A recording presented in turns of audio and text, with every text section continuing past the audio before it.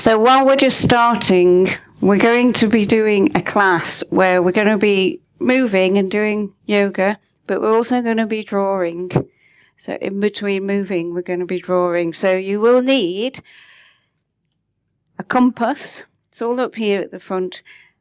Compass, ruler, pencil, a board to lean on, and an A3 sheet of paper and a square sheet of paper. And if there's not quite enough, I think there will be, you'll have to share with your neighbour. I'm sure it'll be fine.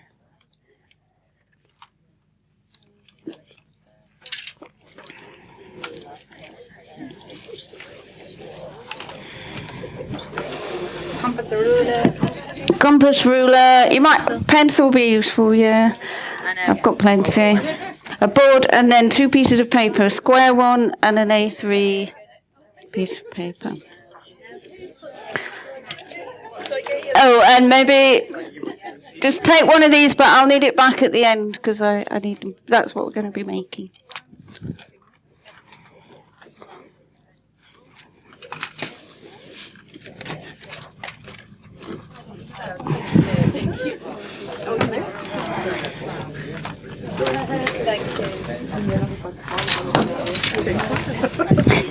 You might have to share your rulers. I'm not quite sure how many there are. But you can use your board as well.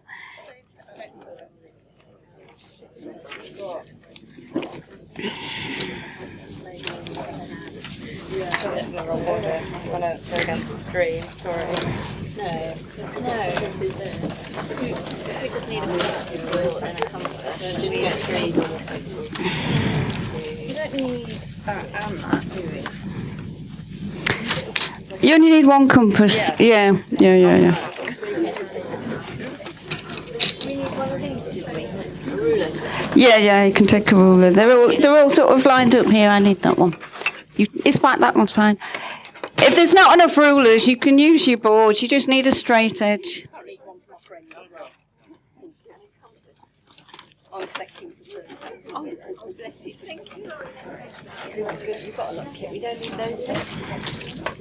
Yeah, you can take one of those. I need it back at the end, but that just for not that one, but this one. Yeah, don't know why that's there. Yes, that's me.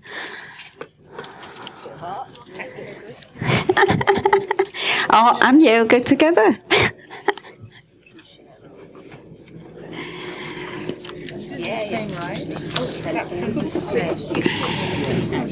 Well, it looks fine, yeah. Yep.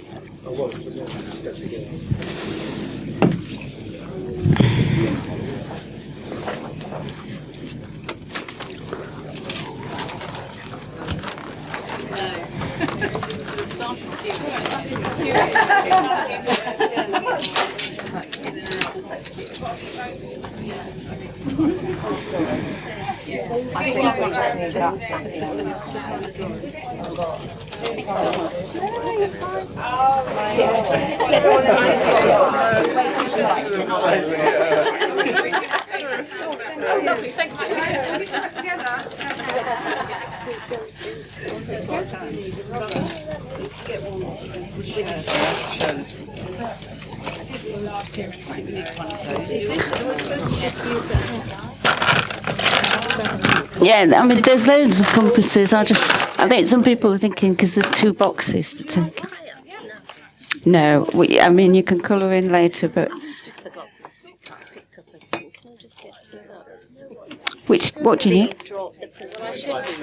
Thank you. I might run out. There's not many left, so you might need to share with those. I'll need them back at the end.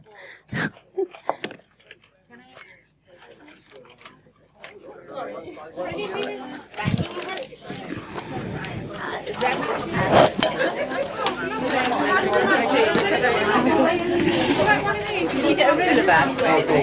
Yeah, I've got 1 ruler, I've got 2 pencils, I've got 1... Oh, brilliant, okay. Didn't got 2 pencils. I've got a rubber.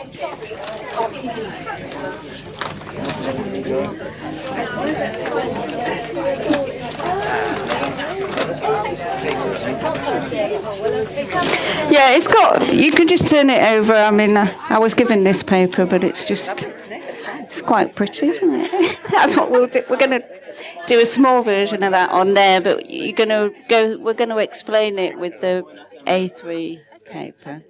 And it'll all come together. Hopefully.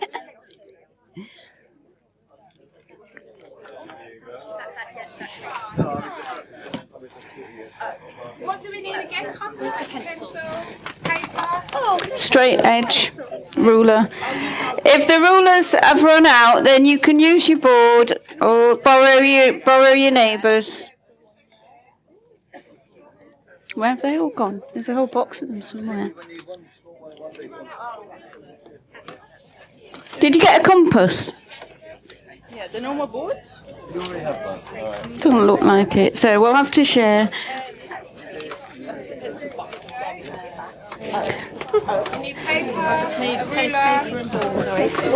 The boards have finished, so just something maybe if you can lean on. Anyone else with pencils? I'll put it back down. Yeah.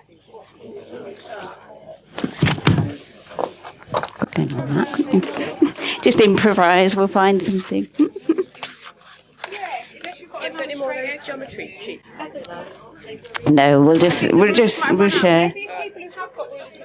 Yeah, so there's compasses still left. If you haven't got anything, then, I bought 60 compasses, so you'll have to share. Same with the rulers. I think there's still pencils left. No. Oh, one. Quick. Should have printed some more, shouldn't I? Say that again. There's a box of pencils. There's a compass. You've got a compass, haven't you? Yeah, so there should be something to lean on, but we've run out. So, when you're drawing, be careful, or you want a flat, just so it doesn't... Lean on your program, yeah. They've run out, so we'll just have... we're going to get them back at the end, so just have a look. You can have them in between you. Do we need that, and that? Not that, no. Yeah. Have you got a ruler? I think the rulers have gone, so you're going to have to borrow your neighbour's. You're quite close. Yeah, that's a good idea. Oh, lovely. Yeah, oh yeah. And you need you've got one there. You need a white sheet of paper as well. Yeah. A3. Get the A3 one, because they're going to fold. Oh, yeah, that is A3. Sorry, it just all gets a bit messy, doesn't it? Okay, I think we've got enough now, haven't we? I think the rulers have gone, so you might have to improvise a bit. And pencils are here, and I think there's still a compass left. All right, are we all sorted? Almost?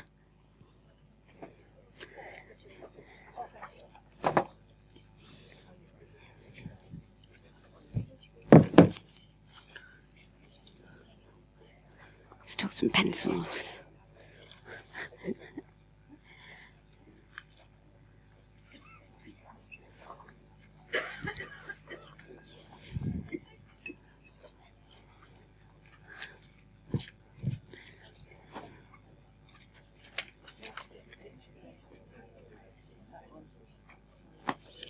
I think when the stuff's run out, you just have to share with your neighbour.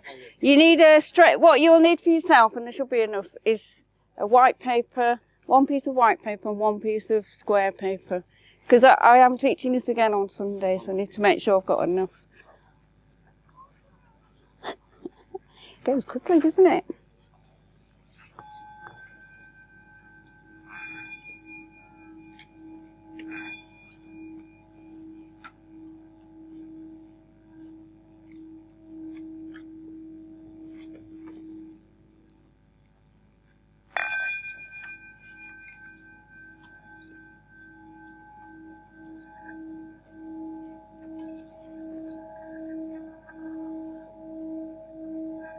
Getting warm.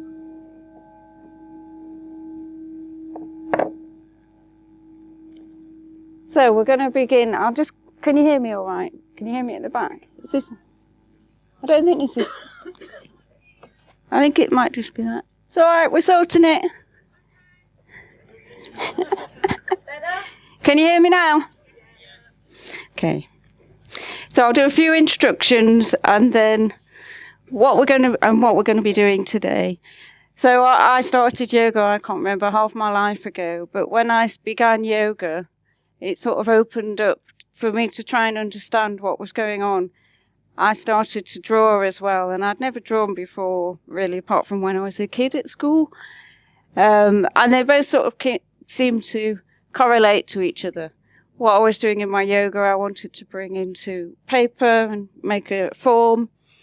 And also, what I was playing around with was informing me of my yoga practice. And that's sort of how I came about into exploring all of these ideas of yantras and mandalas and sacred geometry. And it's really a study similar to yoga. So I was trying to show today the relationship between all of that. So before, yoga tells us that before the Big Bang or creation, there was a great void, there was nothing. And in the Isha Upanishad, this is sort of described with this mantra. So I'm going to start with the mantra. Om Purnamada Purnamidam Purnat Purnamudachyate Purnasya Purnamadaya Purnameva Vashishyate. And then together we'll all chant Om Shanti Shanti Shanti. Om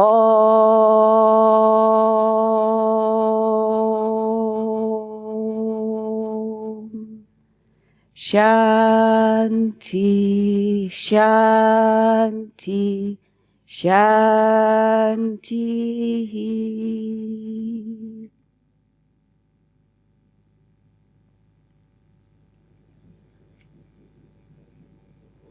So when we chant mantras, we're making a sound that we're sending out. These vibrations, we can't see them, but they have an effect on us deep down in our body and on other people. And gradually, as they condense, they become a form. And the yogis saw these forms also when they were in deep meditation.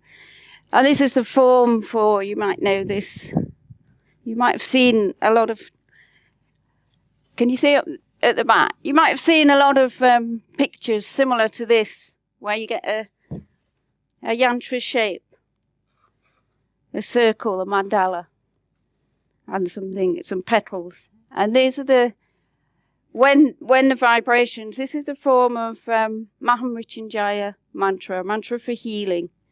And its colours are very soft and gentle on us. And the sounds also have this effect. So gradually it comes into form and we can start to visualise what hasn't been into form. And when we work with yantras and mandalas and sacred geometry, these are energetic diagrams, just like a mantra. It's an energy. So it's going to affect you in various ways. And that's what we're going to explore today. We're going to make one of the oldest patterns in the world. And it's found throughout all ancient traditions, right back to ancient Egypt. And you probably got we're not going to do the full pattern, but you've got the handout, or someone next to you has. It's known as the flower of life. And it's said to be the blueprint for all of creation, to how we became here, how we got here. So yoga, we're going to explore it through numbers, and we're going to explore our practice through numbers. And you might have just thought of numbers as being 1, 2, 3, adding up, taking away. Well, in the old days, numbers were considered sacred, and they were studied in very much depth, especially the Greek philosophers, Plato. They studied the numbers and the very essence of the numbers. So we started with this mantra. And I'll read the translation that I've got. There's obviously lots of different translations. This is whole, That is whole. We're talking here about full of divine consciousness. From wholeness, the world is manifested. Taking wholeness from wholeness, wholeness still remains. So it is a reminder, and every time we practice yoga, every time we come back to the mat, we are being reminded that underneath our experience and our illusion of duality, we are one, and we are whole, and we are complete. So that's what we're going to study.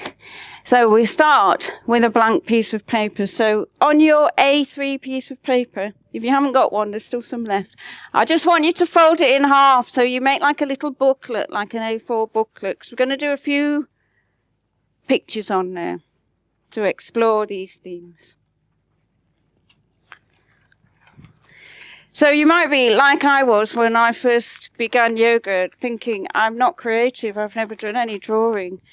But I started doodling.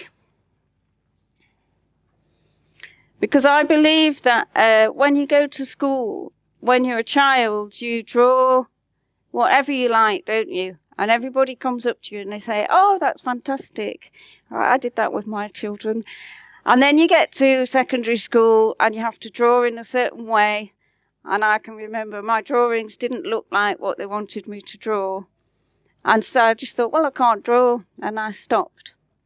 And somehow when I came to yoga, I sort of reignited that fun that I used to have when I was a child, where I just drew, and it didn't have to be anything, didn't have to look like anything.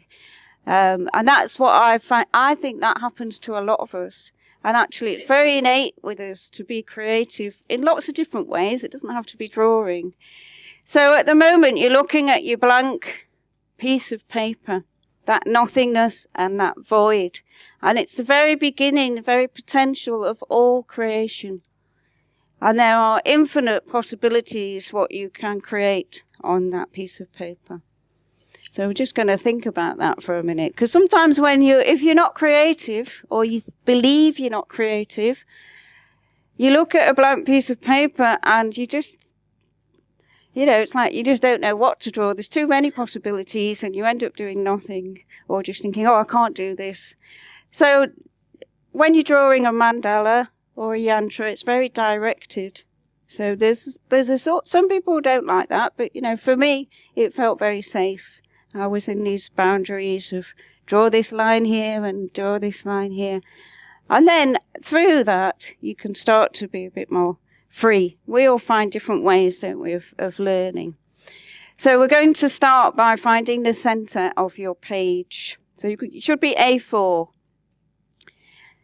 So to find the center, there's quite an easy way, just crossing your ruler. And that will bring you to the center of our page. And just like in our yoga practice, when we start our class, we come into our body and we find our center. So you only need, yeah, you can do that. You haven't got a line, have you? Do you want my ruler? We can share. It's very long.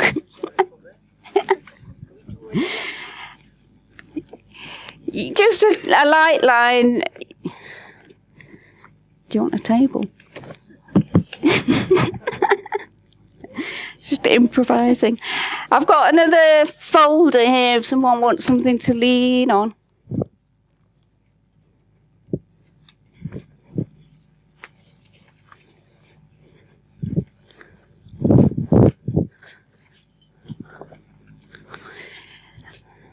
So from the nothingness, we had to find a point. And we found this point. It doesn't really matter whether we're just doing it in the center of our page for aesthetically it's pleasing, but it could be anywhere in space. And this is the point that sort of marks the beginning. Maybe you want to call it the Big Bang, or consciousness, or awakening. And it's the very first mark that you're making on your paper. Just ignore the diagonal lines. You've made your point right in the center. And it doesn't really exist. It has no dimensions. And from that point, we discover this is the point of awareness that it can expand out in all directions. So we're going to create a circle. And we're going to use, like, you're folding your paper like a booklet. So we're going to use the other pages as well. So you can make your circle quite big. And the circle is the container of everything.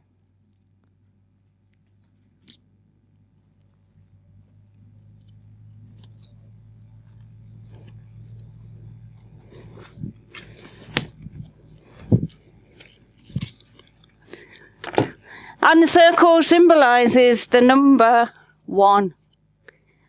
And yoga tells us that we are all one. Yoga means unity, oneness.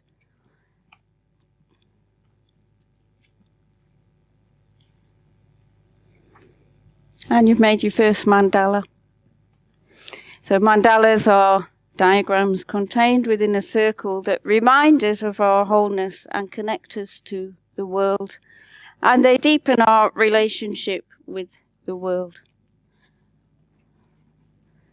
So we're going to do a little bit of... Has everybody got the circle? Oh, and I need to say... So, what was I going to say? So your compass is one of the oldest tools ever to man. And it was used to measure the earth and make various calculations. And originally, they don't make them like this so much anymore because they changed it for some reason. So your compasses don't have this, but originally, compass was like this with a round top. And this compass symbolizes the Godhead. And the Godhead opens out. And that is the real meaning of your compass. So it's a sacred tool. And when you're using it, well, today we're using it for sacred geometry. And in the practice of Yantra and Mandala, every mark that you make is special. There's no right or wrongs. We can rub it out, can't we? But we do it with that reverence. So now we're going to sit. And we're going to do a bit of, traditional yoga. So just have a moment to sit comfortably. You're going to have the fingers open, just resting on your legs. And then let your eyes close or soften your gaze, lower your gaze, and just come into your body, find your center in the body. Feel that contact of the base of your body and the ground. Feel the balance there. Feel your spine rising up. Head balanced at the top of the neck. The arms sloping down, the hands just resting easy on the legs. And I said at the beginning, when we practice yoga, it's always a reminder of our wholeness. So when you bring together in the chin mudra, the thumb and the first finger, I want you to do it really slowly. So you're really aware of the thumb and the first finger coming together. So the joining together through this is the reminder of our individual consciousness joining with the universal consciousness. And we're making with our hands a little circle. And making that connection with our mind, body, energy. And then begin to feel your breath. And feel your whole body as one. And feel the whole breath. And we're going to make another. We're going to join the hands together at the heart into our prayer mudra. So aware as well, being aware of the hands at the heart and connecting with that point at the center of your being. At the heart space. The center of what makes us human, where we reach out to touch others. with our hands and with our heart. So even though this point within us doesn't really exist, as we focus here at the center of the heart, we can sense something. A deep part of ourselves. And we're going to, in a moment, you're going to be breathing in and raising the arms, and we're going to be making a big circle all around us, connecting with that sort of universal whole. So as you breathe in, raising the hands, lengthen up, and we'll chant that mantra Om. Om.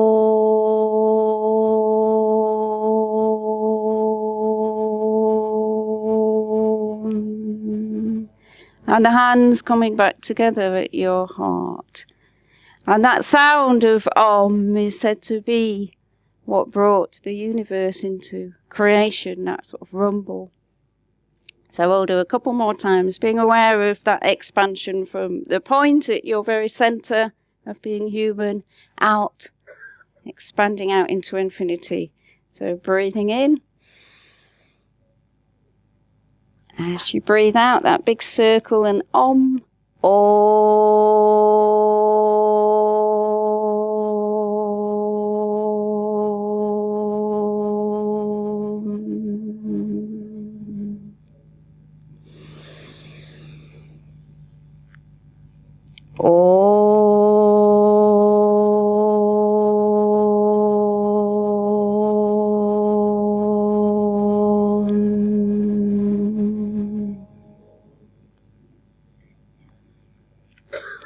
So you can release your hands now, and we'll start to make some little circles in our body. So we're going to start with the nose tip, and I want you to imagine you're drawing a circle with your nose tip.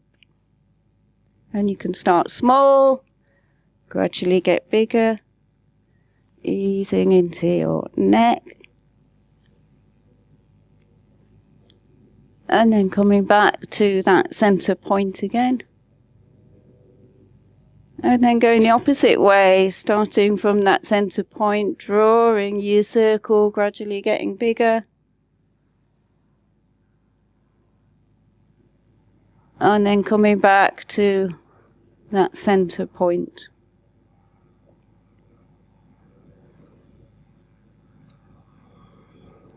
And then start making some circles into your shoulders, sort of ball and socket joint. You can go the opposite way.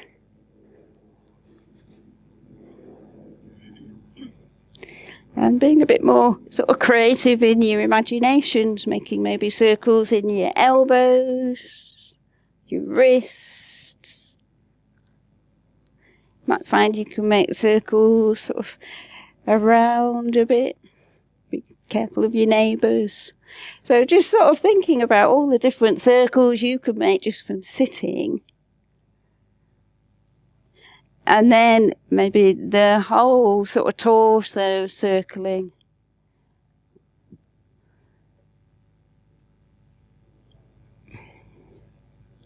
And going the opposite way. And just being aware of that endless movement. It's got no beginning, no end. It's just circling round and round. And how it feels in your body and mind. And then we're going to come to lie down on your back and make some more circles. So once you're lying down, just have a moment to relax.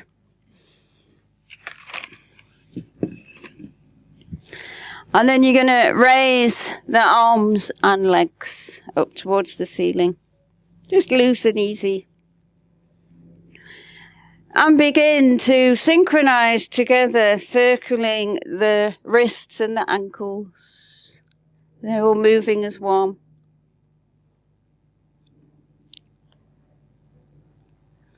You can go the opposite direction.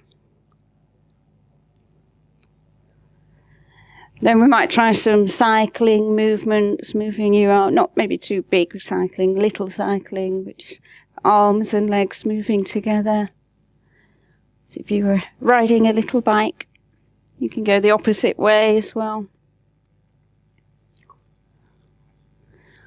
And then just getting creative again, you can think about any other types of circles you could make and draw them around your body, being aware of that sort of arm span of space around you. You might circle one leg and then the other. So just exploring different ways, and you know, we can do it in lots of different positions, but we're just staying down here on the floor for now. And then you can bring the knees into your chest, making yourself into a sort of tiny little ball. Take a breath in and breathing out as you squeeze and lift your head into that small little circle. As you breathe in, you can just release. I'm on a few of those coil poses.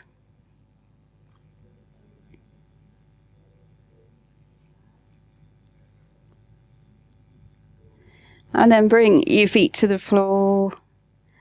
Have a little rest. So that's number 1, the circle, and how we can explore it in so many different ways when you start thinking about these things. And circles we see everywhere. It connects us with the shape of a flower, the shape of our eyeballs. When you look at a tree stump, you see all the circles telling about the tree's age. So you'll start to notice when you start playing with sacred geometry, you start to really connect to how much there is an underlying order to everything, even if it seems a bit random. So now we're going to move on to number 2. In our bodies, we have lots of 2s, don't we? 2 is the sort of divider. So you're going to come back to your paper. You can open it up, so you're working on the next A4 bit. And we want to draw, so once you have this circle of infinite, I don't know what to call it, infinite consciousness or something, expanding out, we have this concept of wanting to experience ourself. So we're going to make the awareness discovers it can move. I'm going to do a circle a bit over here. So we're going to make 2 circles, but I'm going to show you first. So you can move your point of your compass out to its edge, anywhere on the circle, and it should cross through the center, and you get 2 circles.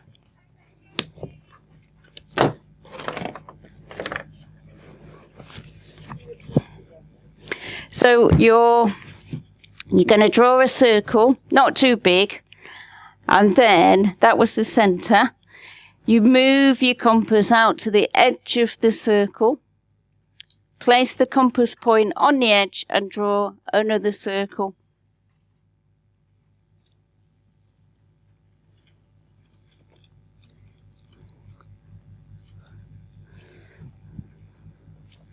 And we get this shape, like an eye, or a leaf, or an almond, or lots of other things. And this is the beginning of light. So before the time of positive or negative, light or dark, good or bad. Now we have light. And this symbol is in many religions, as far as I know, particularly in Christianity. And it's called the Vesica Piscis. And it's used a lot in architecture of sacred buildings, temples. In the doorways, they are based on this geometry. And it was to symbolize when you enter a temple, you're entering there with your light body. So we have our physical body and then this idea of our light body. And that was the shape. You'll often see religious pictures like Jesus, and they'll have this shape around them. And this is symbolizing this. So now we have 2.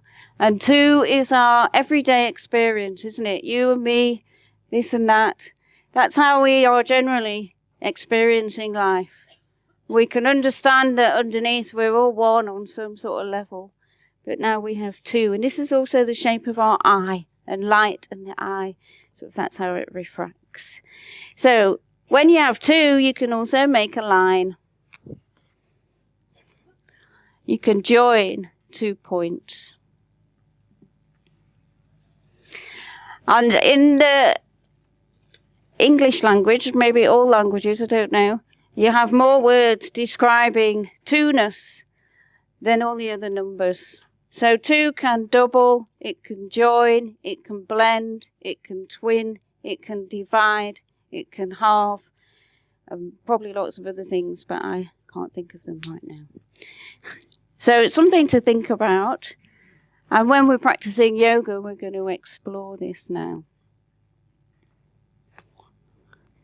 So you're going to lie down first on your mat. And, you know, a lot of our yoga practice is about alignment, isn't it? And particularly the spine. So just feeling your body lying down, feeling that balance between your 2 sides. Going to think about 2 and how much it shows up in our practice.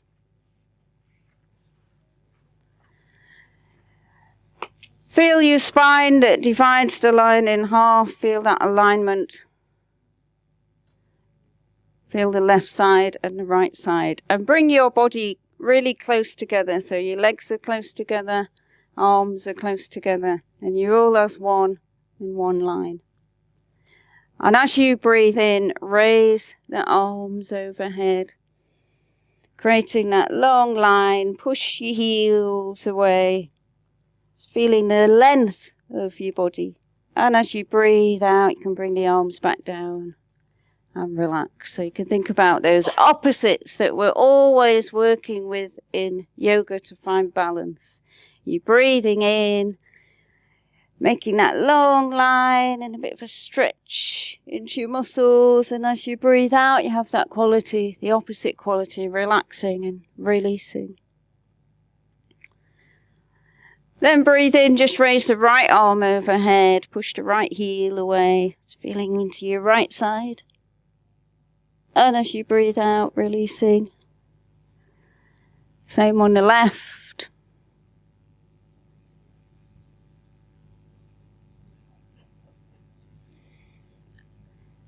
And then as one again.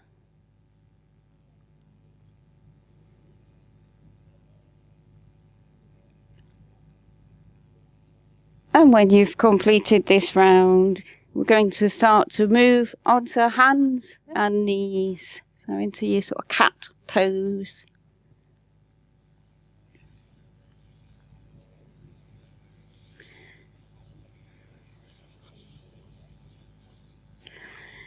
And be aware again of your spine, that sort of divider of the 2 sides of your body.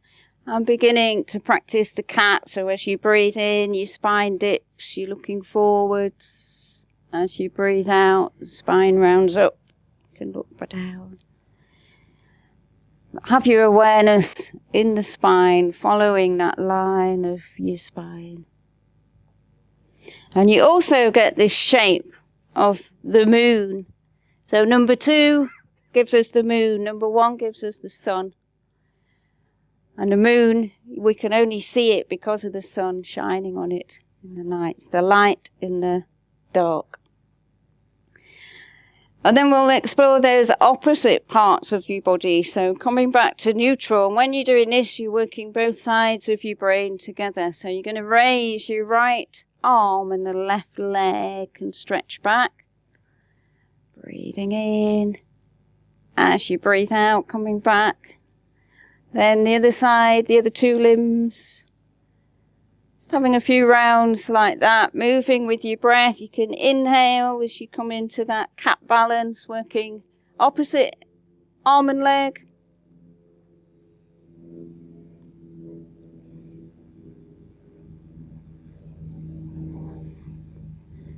And when you've done about even on each side, just have a little pause.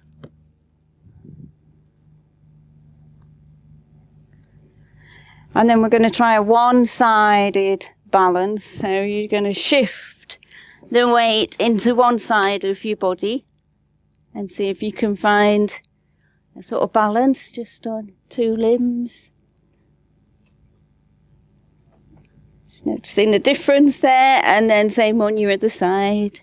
You could do with the mat.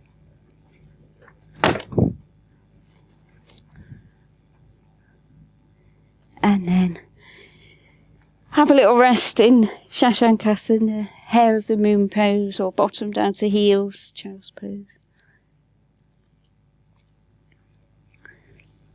So there's many ways to explore number 2 in your practice, and most of our practice we're dealing with when we come to a yoga class is that opposites, isn't it? You're breathing in and you're breathing out, you're stretching and you're strengthening. So we're going to come up to stand, and we're going to do a few little practices from standing.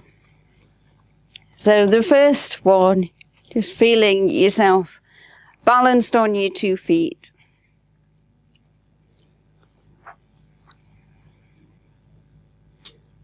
The arms, your 2 arms loose by your side.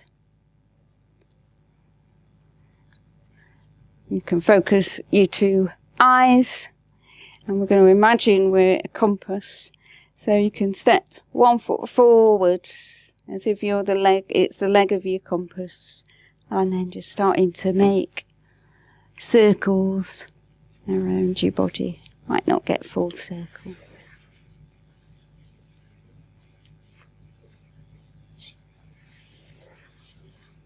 Might go out a bit, you might find the other parts of the body join in. And then we'll even it out, so you do the same on your other side.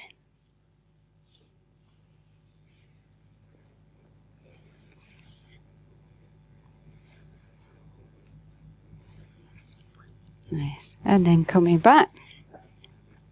And now I'm going to show you this one first. I'll demonstrate it first and then we'll do it together. So we're going to divide ourselves in half from a circle. In this one, you'll have your hands in prayer. You're going to be breathing in, raising the arms. As you breathe out, we'll make that big circle, diving forwards. And then the back of your hands come together and you draw them up as if you're dividing a circle in half up that centre line. So hands together at your chest. Feel that balance on your 2 feet. As you breathe in, raise the arms. Gonna breathe out, diving forwards, softening the knees. The back of the hands come together and you draw them up the centre line as you breathe in. And then the palms come back together and you're breathing out and diving. So you can just let it sort of flow with your breath. But imagining that sort of two-ness, you've got the oneness of the circle and dividing it into 2. A bit like the 2 sides of your brain.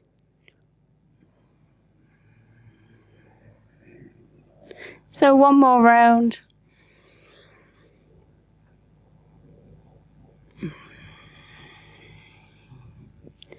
And then you can uncurl up.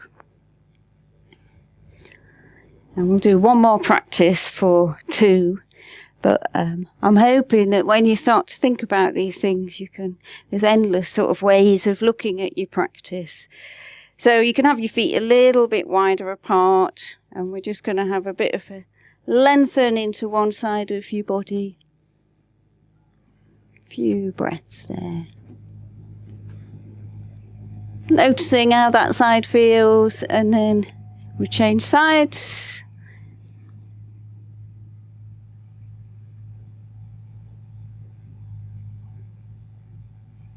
And then coming back to your centre. So now we're going to move on to number 3. So 2 was often thought of as a sort of disharmony number because it was the number that separated from 1. And then the Greek philosophers called it the dyad. And when I've worked with number 2, because I teach sacred geometry classes, when I've worked with number 2, I found I always had to do it twice. Last time I did it on Zoom, it didn't record, so it was really interesting how it showed up in my life. I was doing all these pictures for number 2, and then I was teaching it, and all these things, just little niggles kept happening. And then I came to number 3, and everything came back to harmony again. So number 3 is a lucky number, isn't it? We do lots of things in 3s. It has a deep sense within our psyche. You count 1, 2, 3, go. You know, we tend to say our Sankalpa affirmations 3 times. In our yoga practice, we bring together the mind, the body, the spirit. We remind that we are one whole being. So number 3, almost fell over my compass. So for number 3, you can start on your same picture, but maybe you want to put it on the next page. So you want to do what you've just done, and then, so this is our first circle, and then we just go to the point. I might do this again, actually, just for ease. I'm going to put my circle in the centre.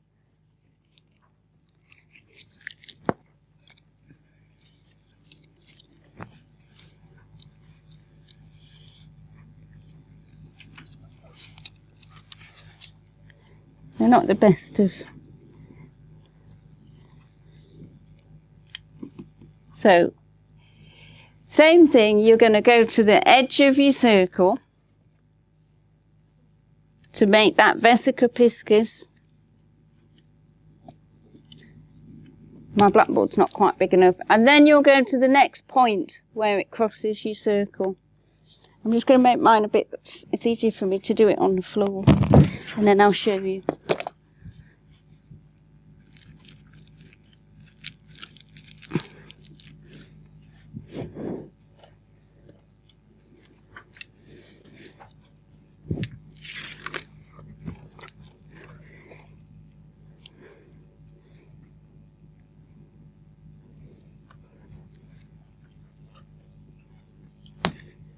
Anyone stuck with number, drawing the 3 circles?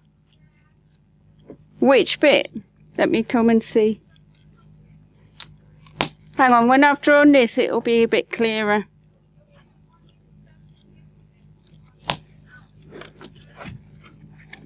Yeah. Can you see that?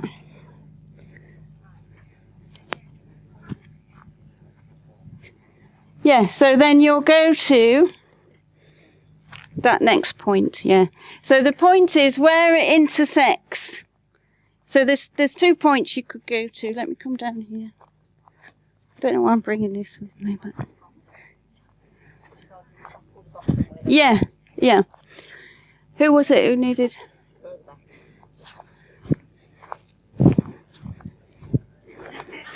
Yeah.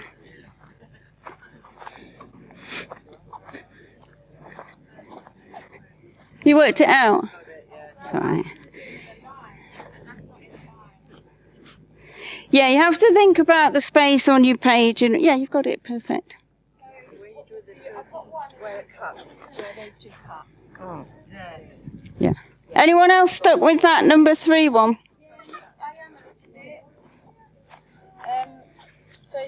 Yeah, draw the next one like you've done there.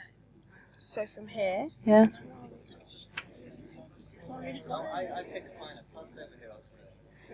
Yeah, some of them, they go a bit funny. Just, thank you.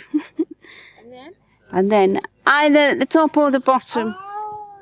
Yeah, so it's always on the edge of your original circle. Yeah.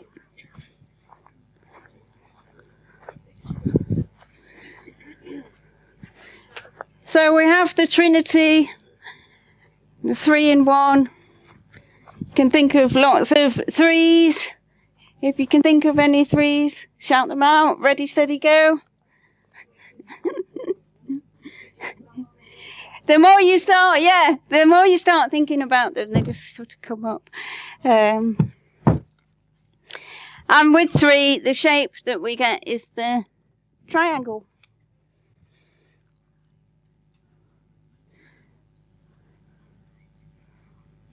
Get triangles everywhere, don't you? You can do one here.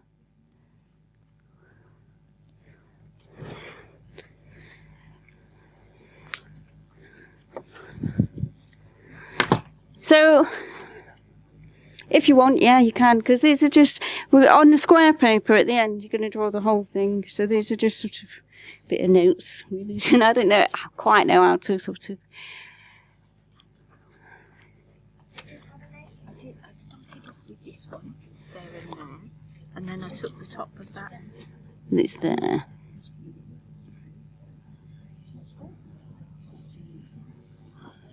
So that needs, you can just rub out.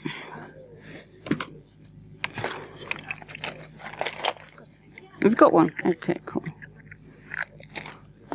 This is like the Trinity. I mean, there's lots of there's many shapes that you can get out of these, and they all have different variations and names. But triangle is the form that we're going to be looking at.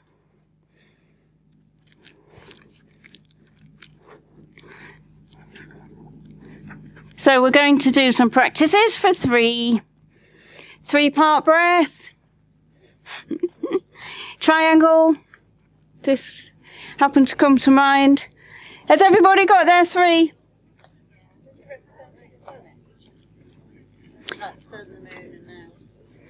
No, 3 doesn't, as far as I know. I mean, the number 3 in numerology, in Vedic numerology, is Jupiter, I think.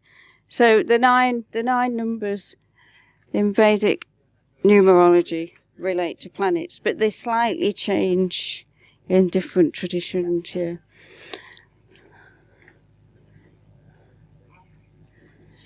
So we're going to come up and do some triangle.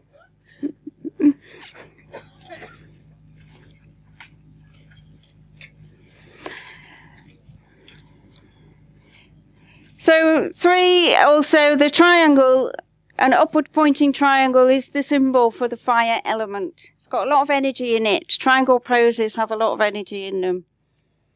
It's also a symbol for the mind, the triangle. So you want to make your triangle base, however it feels right for your legs. If you're comfortable, turn the right foot out in the hips, turn your right foot out. And be aware of that tripod from the feet to the navel. And then we're going to make another triangle of mudra with the hands. So your thumb tips come together and the index fingers. And we're going to place this around that sort of fire element in the body, the digestive fire. And just pause for a moment. Feel the position in your body. Feel strong, the legs supporting you. Feel your abdominal breath. And recognize your own power in the world. And then as you breathe in, you can open the arms out to the sides. Might want to open your eyes. So just pause here, have a sense of that expansiveness in your body. And from that steady base, we're going to bend to the right into your triangle pose. Again, you might look up if it's comfortable towards the ceiling or your left hand. But get comfortable here. Make whatever adjustments you need to be so you can hold this position, you can breathe easy, and you can experience the shape of the pose. Triangles have this quality of being really steady, strong and open. And those are the qualities we're embodying when we practice triangle pose. To be strong, steady and open. Then use that strength in your legs. Press down a little through the feet so you get a bit of a rebound as you come back to the center. And then bring the hands back into your mudra at the abdomen and connect again with your source of power. And we'll turn the right foot forwards and the left foot out. And then as you breathe in, raising the arms, feeling that expansion through your body. And from that stable base, we're going over to the left. looking up towards your left hand. And many structures,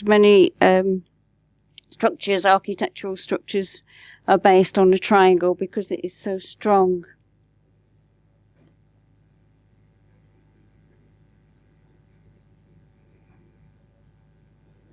Again, feel that strength in your legs. You're going to push down through the feet and come all the way back up.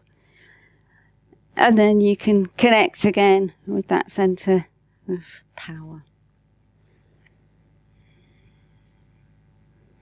And then turning your feet forward. So we're going to do a practice with the 3 parts of our breath. So in yoga we often divide the breath into 3 sections, don't we? And then we make the complete breath. So we're going to do a practice called Vedic Breathing. So it's mostly done with the arms. And I'll show you the practice first. The first bit is with your abdominal breath. And you're going to have the palms facing backwards. And as you breathe in, they turn forwards. So we'll have a bit of time just getting into that with our abdominal breath. Then we make the breath a little bit deeper. You're breathing in and you're still breathing in, and the hands come to the chest. Breathing out, breathing out. And we're aware of the first 2 sections of breath. And then the final bit, you'll be doing the complete breath and being aware of those 3 sections of breath coming together as one. Yeah? So we'll try as best we can to synchronize it, but we're going to be breathing at slightly different rhythms. If you're more comfortable with your eyes closed when you're doing this, you can do it like that. So the palms are facing behind you. You're standing easy. There's no restriction in your breath. Take a breath in and out to prepare. And then on your next breath in, you're turning the palms forwards. Breathing out as they turn back. And being aware of that abdominal breath. That movement around your abdomen as you breathe.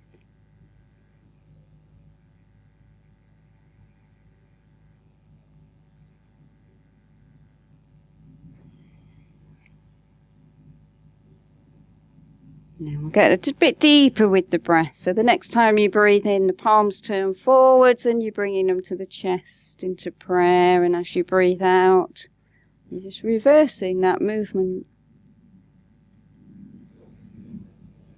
And you're aware of that abdominal and chest, mid-chest breath.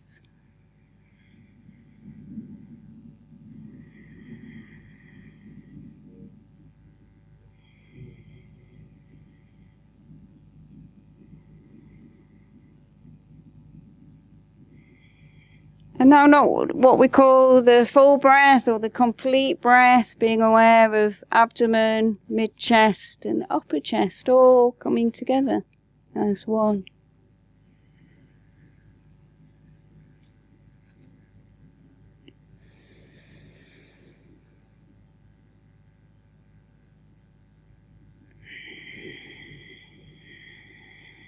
So we'll finish with 3 more of those complete breaths.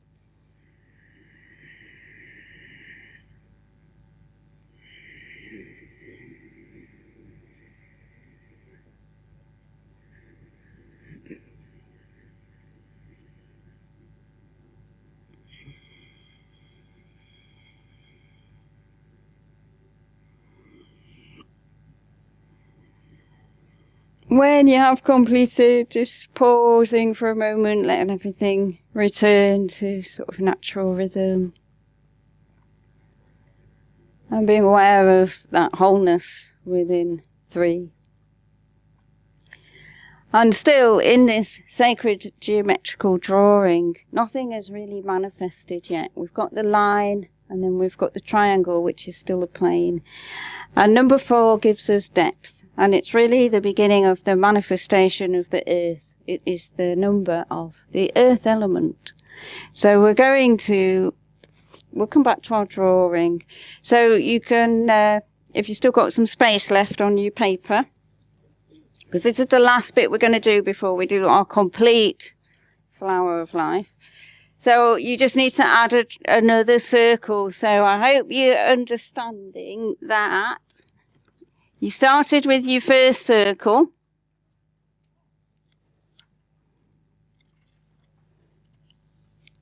Yeah. Then you moved to the edge and you made another circle which goes through the center.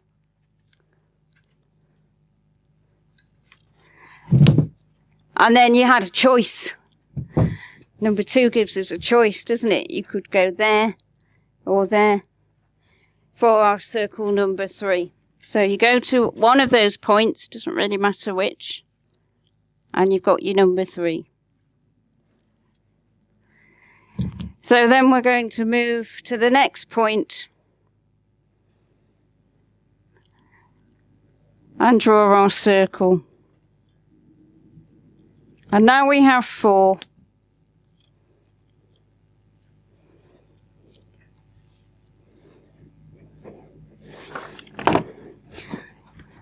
And 4, it gives us the square. I have to go a little bit out for this one. There's other ways of doing squares, but for the sake of the diagram, I tried to keep it easy for myself. So you get the square. And in my research, almost all ancient cultures, as far as I know, I think all of them use the square as the symbol for the earth element. So it's very deep in our psyche. The square is equal. Fire.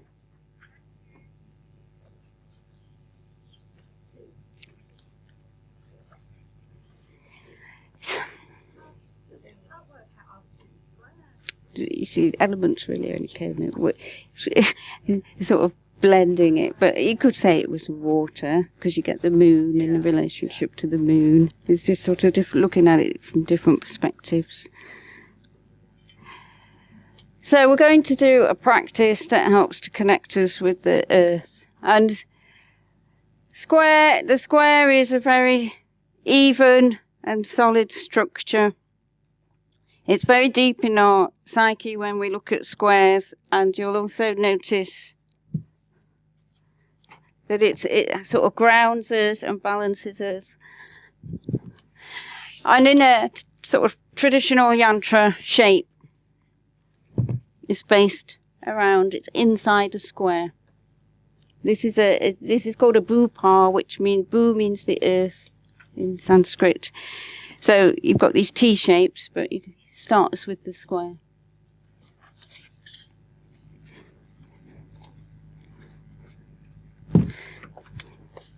So the square really, the 4 circles really starts to symbolize the manifestation of the earth.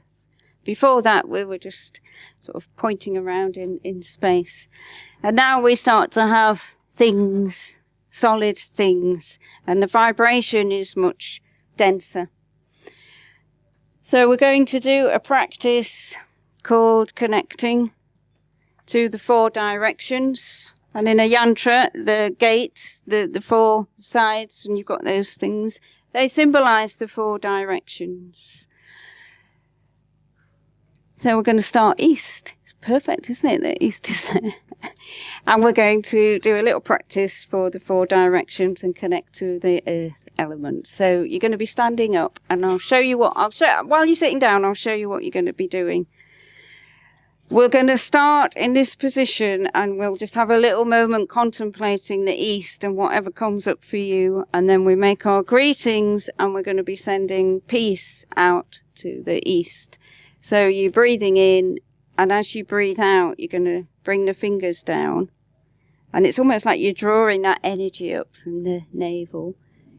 And we're going to breathe in, opening up the arms. And as you breathe out, we just reverse and we chant Om.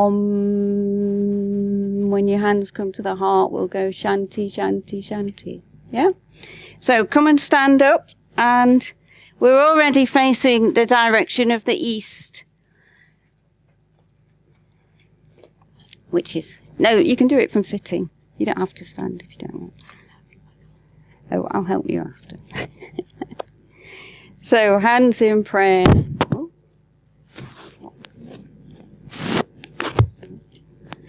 Hands in prayer.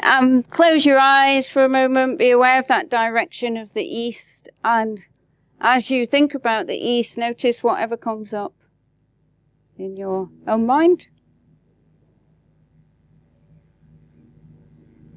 Sending salutations and peace to the east. Then we take a breath in. And as you breathe out, you're going to turn the fingers down. Going to breathe in, raising the arms, opening out, embracing that direction of the east. Om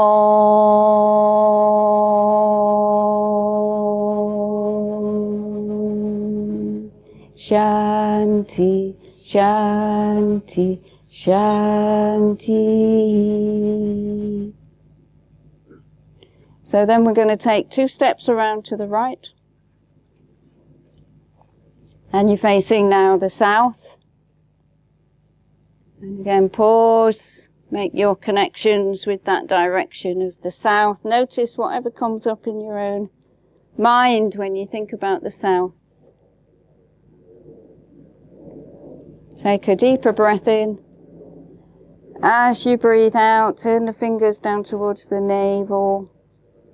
Breathing in, starting to draw the hands up, embracing the direction of the south. Om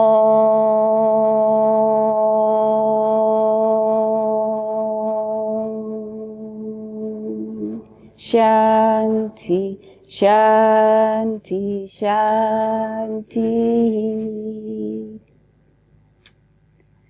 And we're turning 2 steps around to the right, and you'll be facing the west. And again, have a pause. Contemplate the west, whatever comes up for you. And sending your greetings and salutations and peace to the west. Take a breath in. As you breathe out, bringing the fingers down towards the navel. And then inhaling as you start to embrace, opening out the arms, that direction of the west. Om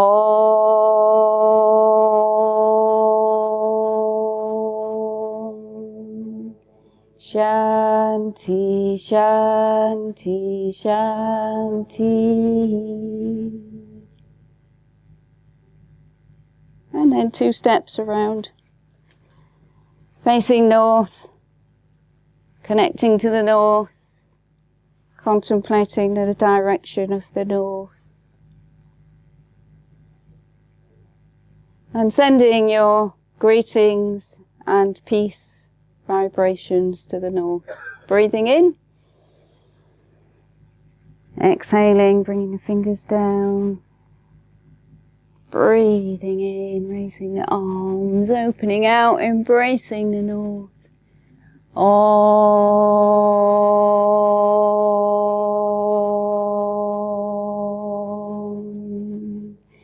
Shanti, Shanti, Shanti.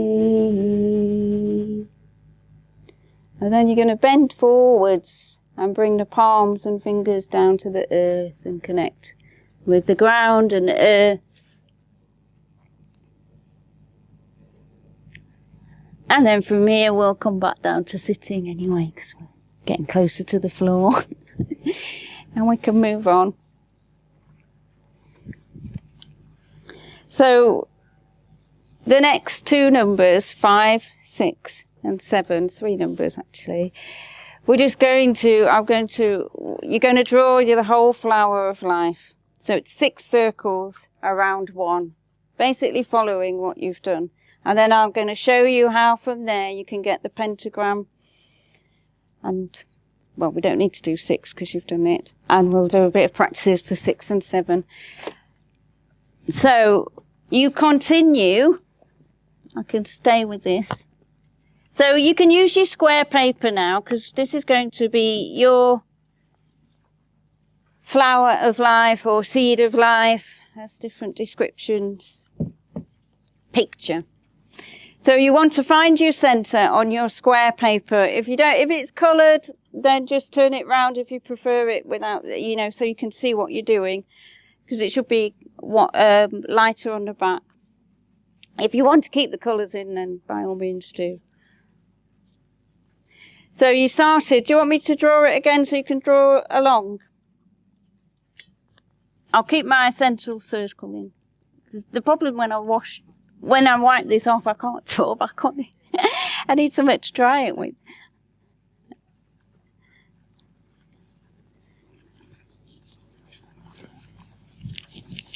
So you find the centre of your page. You have to think about your... Oh, brilliant, thank you. Oh, that's great, isn't it? Little things make me happy.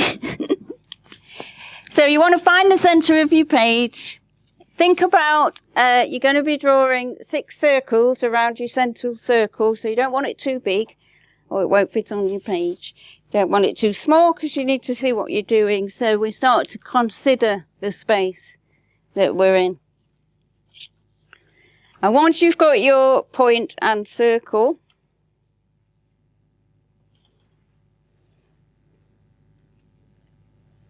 it's a rough guess,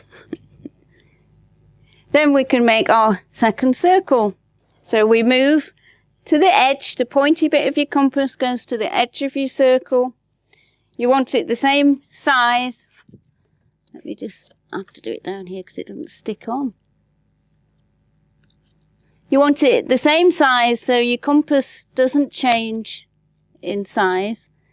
And then you draw the next circle.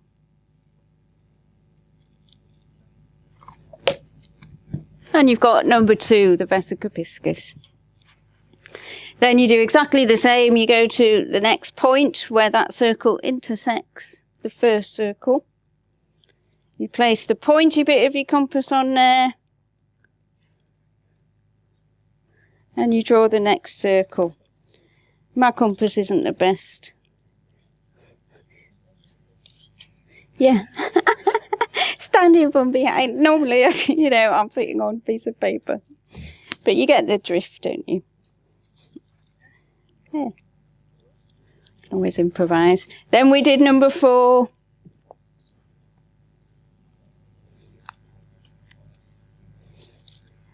And you just continue number 5 and number 6. And so you'll have 6 circles, and number 7. You'll have 6 circles.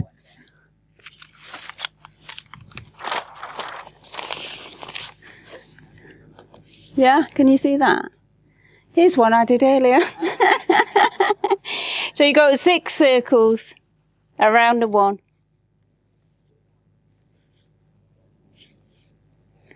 And we get this pattern. And you see that you can find this pattern in ancient Egypt, Babylonian times.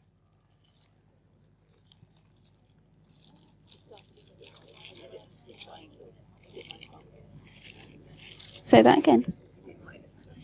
Oh, you went up. Yeah, so you just do your circle. Is anyone struggling with this? Yes. Yeah, you've got that.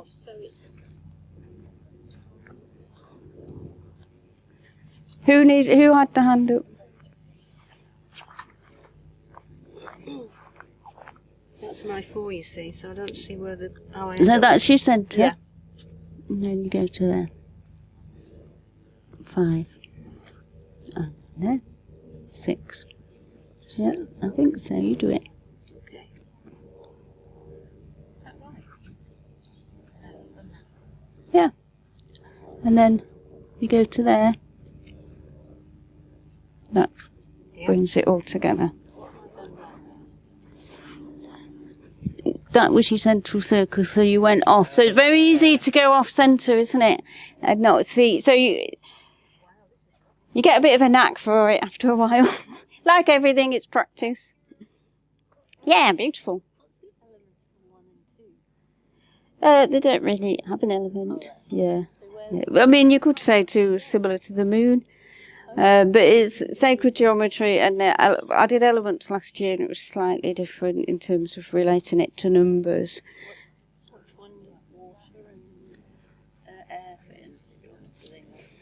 They fit in more with the geometry of the chakras, and they don't necessarily fit. Well, they will, but I'll show it you in a minute. Yeah.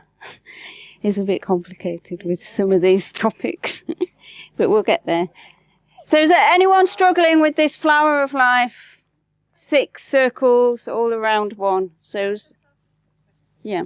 These last 2, I just had to improvise. Is that right?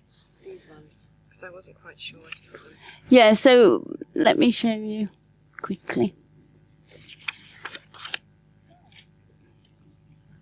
So you start with your centre circle. Yep, move to the edge.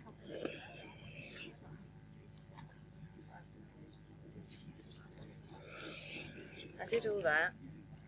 You just stay on that circle. You don't stray from your... So don't stray from your centred circle. That's it. It's a... Yeah. Yeah, cool. Because I improvised on the other one. Well, the improvise is great. You just get different patterns, don't you? But they're still pretty. Anyway, everyone got the flower of life now, the seed of life. So you need to remember where your centre is, don't you? And then we're going round. So there's 360 degrees in the circle. It naturally divides into 6. So we now need to explore number 5. Don't want to jump ahead. And I'm going to show it you on this because I'm struggling with the compass on there. So when you've got this diagram,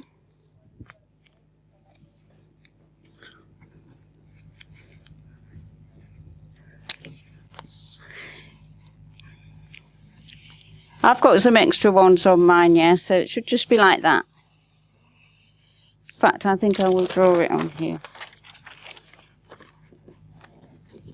So you have to bear with me, but we're going to learn the pentagram. So number 5 was the number for space in Plato's time. And when you get the whole flower of life, which was that picture I gave you, out of that you can find all the geometric shapes. And these are called, you might have seen them, Platonic Solids. And they're the building blocks of life. Yeah, so you've got the shape of the triangle, the pentagon, and the hexagon. And all the shapes are the same, so they make all these different shapes. And like crystals and like things that are in space, you get all of these different shapes in everything you find. And they're really like the building blocks. So to make a pentagon, a 5 thing, it's quite hard. So you need a circle. I'm going to show you roughly by hand. And then you have 2 circles that touch. So you might be better just drawing 2 circles, like a face, and then a circle around. They just touch at the centre. They don't overlap. So remember, I'm doing this freehand. And then you would have this. I'm going to rush through this because I want to get through the class, but you can always ask me after. You have a straight line, and the measurement that you would take with your compass, you would have your compass point on the bottom of the circle, and you would make an arc so it just touches. And this is a shape, and this is also a face that you might see in some Buddhist art with a lot of embellishment on it. So it's based from this shape. Does that make sense to everybody? You might not be able to draw it, but I'll just show it you. And this measurement here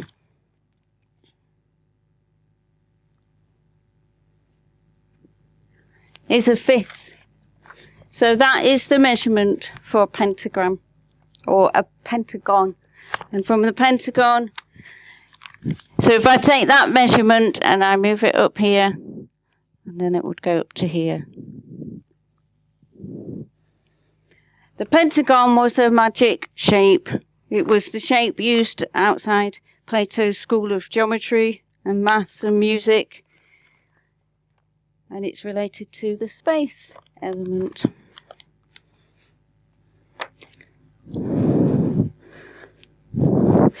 And from the Pentagon, you also get the Pentagram, which is that 5-pointed star, and it's often used for lots of magic. Just joining your points together.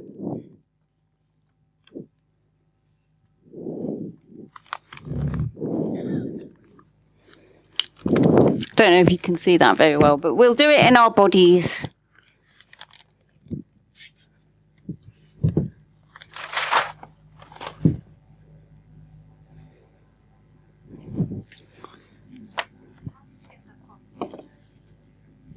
So you had your 2 circles, yeah? And then if you go to you want to make a circle around those 2 circles, they're both the same size. And then if you go to the bottom, directly, vertically underneath, you make an arc, and it just touches the edge of those 2 circles.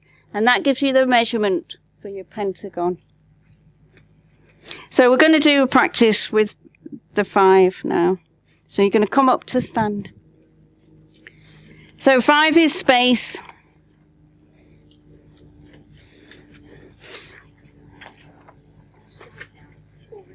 Yeah, that was perfect. Yeah. You can do 4 in lots of ways, but you know, this it's just trying to make this flower of life pattern and go explain it on the way. So 5, we've got 5 fingers, we've got 5 toes, there's 5 different movements of energy in the body. There's so many 5s in our yoga practice that we can work with, the 5 koshas, the 5 elements. So you can look at 5 in many different ways. We're going to do this pose called the star, 5-pointed star. So we're making that 5-pointed star with our body. And you want to make the most expansive form of yourself. Looking up, imagining. It's hard for us to imagine that infinity of space and all the billions of stars that's sort of beyond our mind, beyond our normal comprehension. And feel like a star. You know, there are 61 flags in the world with the 5-pointed star on, so it's a very special image. So feel like you are a superstar. Take a breath in, and then we're going to, we'll just breathe while you're in this position before I tell you what you're going to do. So then we're going to do this goddess pose, going into that sort of realm that's a bit beyond our normal comprehensions. So in goddess, it's going to be quite expressive. You're going to take a breath in, and as you breathe out, be like this. And imagine you're like a superpower goddess or god. Breathe in.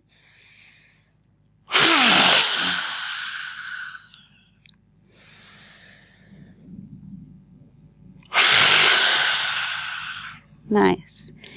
And then relax your arms. Going to come to the front of your mat. And we're going to finish our practice with number 6 and number 7. So for number 6, it again relates to 3. Oh, we haven't got much time, actually.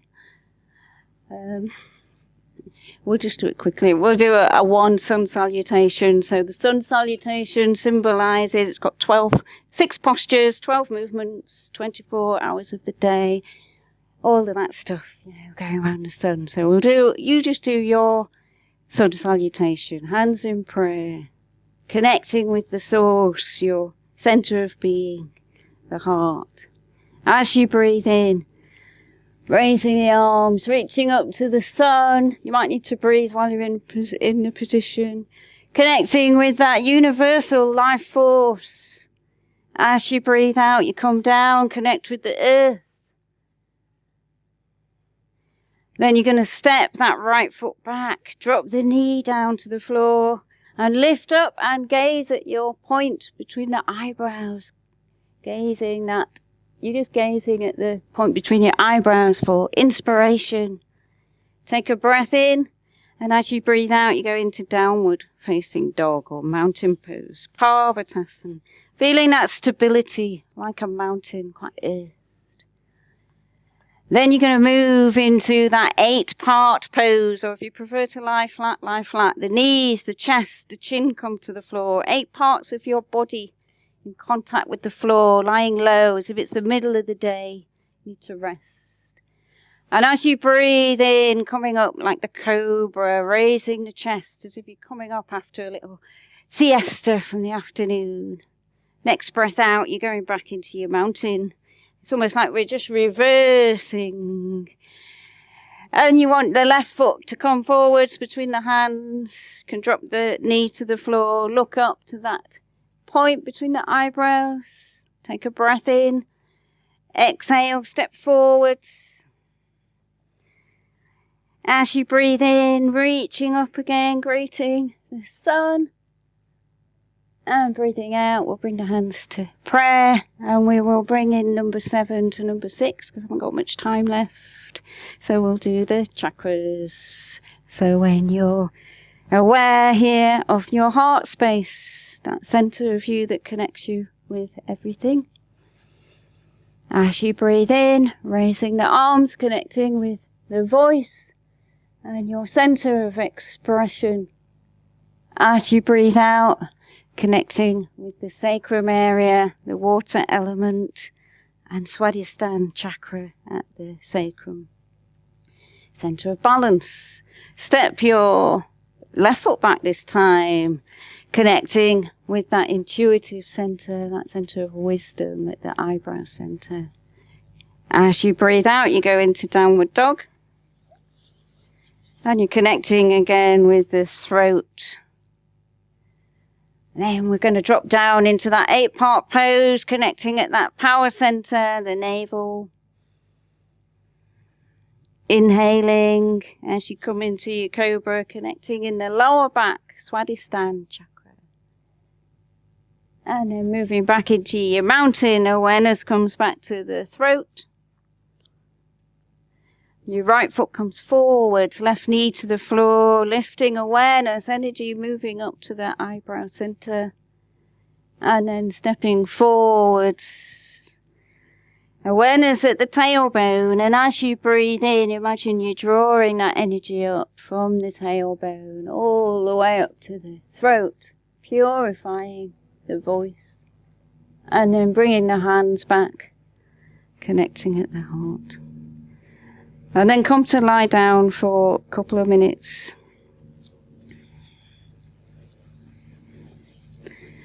And let your eyes close. Just feel your body lying on the earth and feel that support from the ground.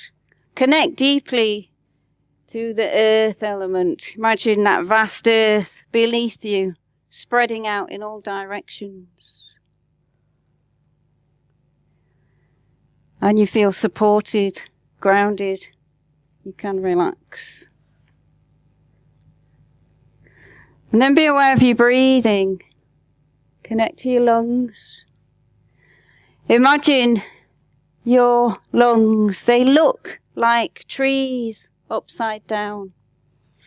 And the branches of the trees and the branches of your lungs multiply in exactly the same ratios. And the trees are the lungs of the earth. And we are deeply connected. They give us oxygen. So be aware of that relationship of your microcosm body and the body of the lungs of the earth. Imagine all the blood in your body moving through the veins and the arteries. Like the rivers and bodies of water in the earth. You know, the earth is about 70% water, and so is our bodies. So we have these deep connections with nature all around us. And then bringing awareness up to the mind and your brain. Imagine a walnut. It looks just like your brain if you look at a walnut. And it also helps us with cognitive skills.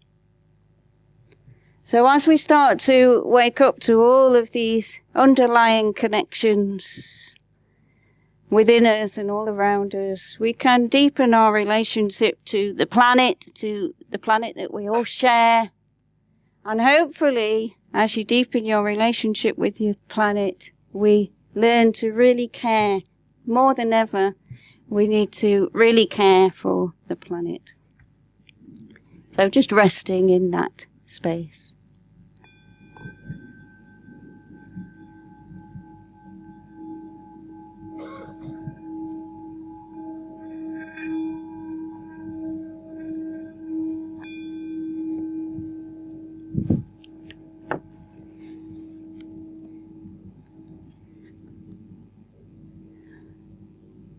Start to come back to feel your body.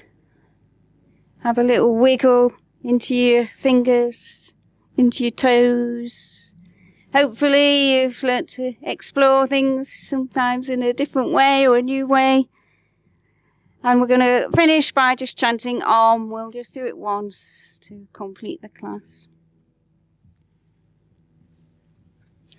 So again, returning to the center of your heart, hands in prayer, and feeling the hands coming together as one at the heart space.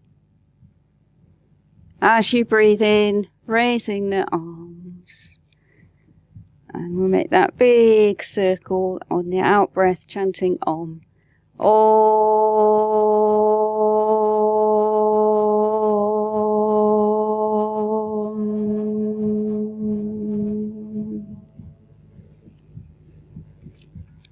So, peace be with you all. Thank you very much. Hari Om Tat Sat.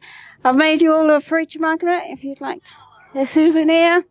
And if you don't get one, I've got some yantras. Thank you.